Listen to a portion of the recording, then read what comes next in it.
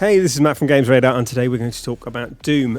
First, off the bat, let's explain why this one's a little bit late, because we didn't actually get a copy of the game until it was released, and Dave, who is a Doom obsessive, wanted to give it the time it deserved.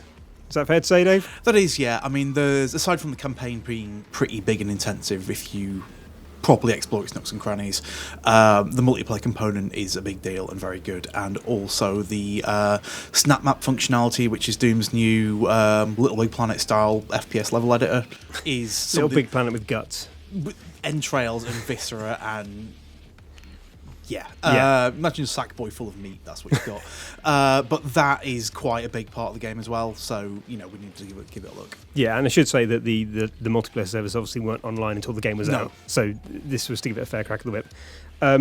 First impressions, Dave. I think it's probably fair to say that you quite liked it. Doom is wonderful. Yes, better than I expected it to be. I mean, obviously I played a fair bit of the multiplayer via the betas before. I knew that was pretty damn good. Campaign was the one kind of question, but it starts out slow, but with an hour or two, once it reveals what it's really about, it is incendiary. Okay, I mean, the way you described it to me, which I thought was quite interesting, just in terms of how revolutionary it is, considering it's essentially another look at an old game. Yeah. You compared it to the way you felt when you played Resident Evil 4. Could you sort of unpack that a bit for us? Yeah, it's like, the way that Resident Evil 4, there was just that strange sense of what the hell is this wonderful thing and where did it come from and how. In that it was that thing where it was based on things that had been there before, but it revolutionised and twisted and just completely refreshed them in a way that was intelligent, engaging, and just damnably exciting in a way that just really blindsided you. Doom does that. I mean, as much as it is based on the flow and systems of effectively a 20-year-old game, the way it repackages that and modernises it and drops it into 2016 in a way that feels completely modern and relevant, by smashing both eras together to that in such a damnably polished, immediately exciting way, it just feels like nothing else that's out there at all. I mean, it's interesting. I presume it's dropped the iron sight thing, which has become like the sort of standard go-to thing for shooter games.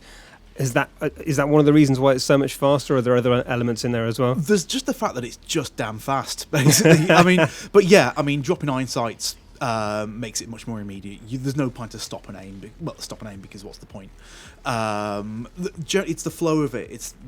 It's a lot of it's semi-arena based, in that you'll get to a point and then suddenly a few minutes, like up to 5 minutes, of just relentless waves of onslaught coming in. But the way the AI is set up is that every enemy class matters. There's no such thing as a normal grunt now. Even the normal grunts are something very specific. Like, everything has a purpose and an intent. Everything reshapes the battlefield and changes your tactics on the fly.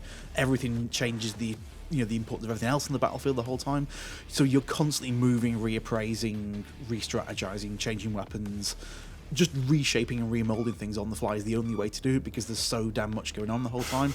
So this is the thing, as much as it looks like a hectic spree of just mindless carnage, every single second of this game has a huge amount of strategic thought behind it. You're just moving at lightning speed to do it. Sounds cool. If you were... who's it actually for? Is it for people that used to play Doom? Is it for people that have become a little bit jaded with the way that modern shooters are? Is it just for everyone? I think it's for anyone. I mean, if you just appreciate FPS and like shooting in a first-person perspective and like just good, exciting video games, like, play the hell out of it. I mean, old Doom fans will have... I mean, I found it a bit weird at first, in that when I suddenly... At first, it's a little bit linear, and it's kind of... A to B, but branching paths, and it's kind of what we expect the new Doom to be. And then suddenly you get to like the third mission and it explodes into this huge non-linear, massive kind of like old-style exploration style Doom with amazing combat. And that's weird if you've played it back in the day, because it almost kind of feels like you've slipped into a parallel universe where your childhood grew up with you rather than being left behind. So old Doom players will get a different perspective on it at first. But I think anyone's capable of enjoying it, because on a basic moment-to-moment level, certain groups will have different readjustment periods to get their heads around how it actually works, but once you do, it's just brilliant. Cool. So that leads us, I think, fairly neatly to the score. Unless there's anything else you want to talk about? No. I mean, that's kind of campaign in the general flow. The multiplayer is basically Doom's aggressive kind of intimacy blended with Quake's aerial madness, which is, again, it's really fast and fun. It's weirdly accessible. strangely playable with the controller, and just really, really, really compulsive. And Snap Map is the most ridiculously powerful content creation tool. I think Snap Map is a thing we'll come back to and look at in closer detail elsewhere, just because there is so much to it. So much, yeah. But ultimately, that thing could give you proper kind of really well created content, really well designed content for like months, if not years. Mario Maker, also with guts. Yeah. Cool. So score then? It's probably the easiest 5 I've given in a very long time. My word, 5 out of 5, and an easy 5 out of 5 with a shooter that's for literally everyone. Amazing. Cool. Thank you very much for that, Dave. If you enjoyed this review, please remember to like and subscribe, and stay tuned to GamesRadar Plus for more news, reviews, previews, and features. Thank you.